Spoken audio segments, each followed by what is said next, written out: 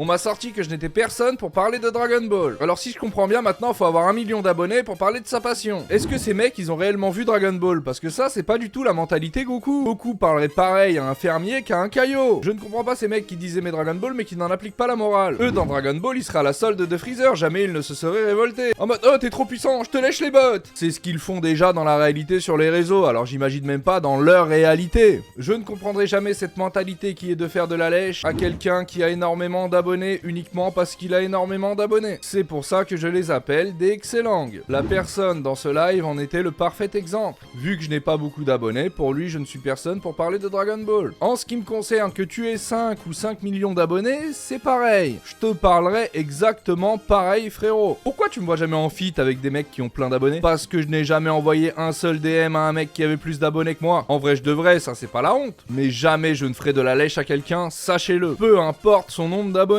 D'ailleurs j'ai pas compris le concept, genre maintenant c'est des stars les gars, ils parlent de manga, c'est devenu des stars. On parle d'animé ou de manga, c'est même pas nous qui avons créé l'œuvre dont nous parlons. Pour moi tu peux avoir 100 millions d'abonnés en parlant de manga, tu restes un mec qui parle de quelque chose qu'il n'a pas créé.